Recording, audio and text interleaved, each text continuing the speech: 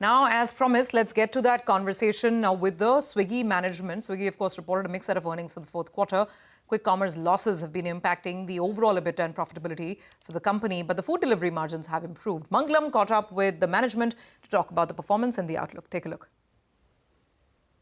So I'll speak about food delivery overall, and the macro right now is too volatile for us to talk about or get a clear read on the impact, since there are multiple moving parts, including geopolitical changes happening. We in food haven't seen much of the slowdown which has been talked about. We have spoken of a 18 to 20% range year on guidance. This quarter came in at about 17 and a half plus. So we are somewhat in the range. I think it's a category where we will see long-term tailwinds and also a little bit of quarterly and monthly, because there is seasonality in this business. So some quarters will look up, some quarters will look a little bit down.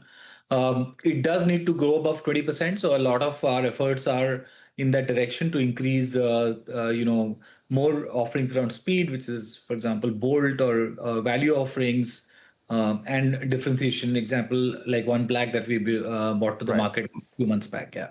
So we saw your margins expand, obviously on a very low base to close to 2.9%. Your long-term sustainable target out here is 5%. Speaking of Bolt, which now contributes about 12% to your overall orders, your competitor recently shut that business down, citing no path to profitability here.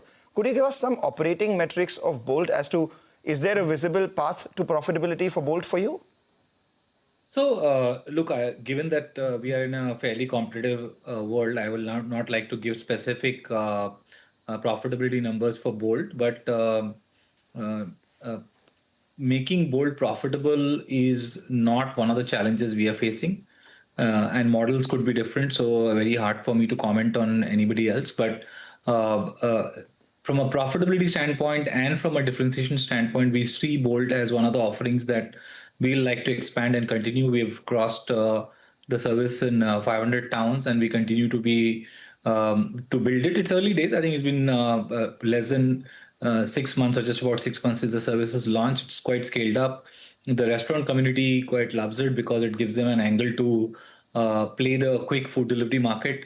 So we are building it well. So if you see the percentage of order contribution has grown from somewhere around, say, 7-8% range that we reported last quarter to about 12% for the quarter that we are reporting it. Are you seeing some sort of cannibalization of food delivery because of quick commerce, people ordering a lot more packaged food because it comes in 10 minutes, or food delivery growth is between 17.5% largely because of weakness in consumer sentiment? We're just trying to get to what will propel food delivery beyond 20% growth. So look, if you look at quick commerce as a category in terms of the kind of food items which are delivered through quick commerce, there are certain categories which obviously have more affinity. For example, ice creams have quite a bit of affinity to quick commerce. But that also, a lot of the share comes from other channels and not necessarily from the food delivery chassis. It also grows the market, because suddenly when you have ice cream which can be delivered in 10 minutes, the market expands. I'm taking just an example. As I said earlier, we are talking this quarter. We have delivered to somewhat the near lower range of what we projected the medium-term growth of the category to be.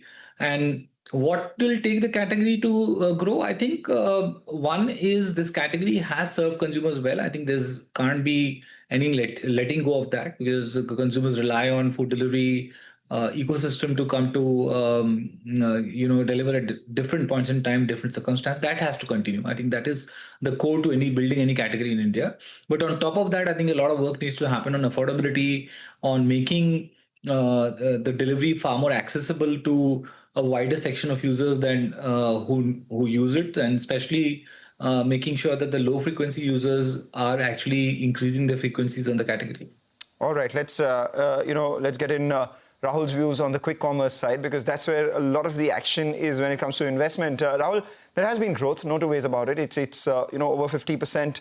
If you look at it on a reported revenue basis, gross order values have grown over 100% as well. But that's come at the cost of a big dent in your EBITDA because of the investments that you've upfronted out here. What's your path to profitability here? because on the one hand, you are investing upfront, and on the second, there is competitive intensity, so you're also giving a fair amount of discounts. So I think if you look at our quick commerce strategy, which we had outlined, right? So we had grown our investments across, say, 3 vectors. One was users.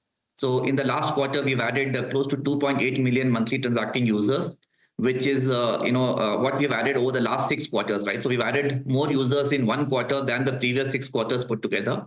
The second area of investment has been the store additions.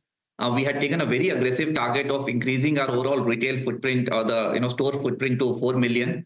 And happy to report that we have been able to surpass that. We've added 316 new stores during the quarter, which is more than the previous 8 quarters, right? So there's been a significant ramp up that we have done in our store additions as well as geography extensions.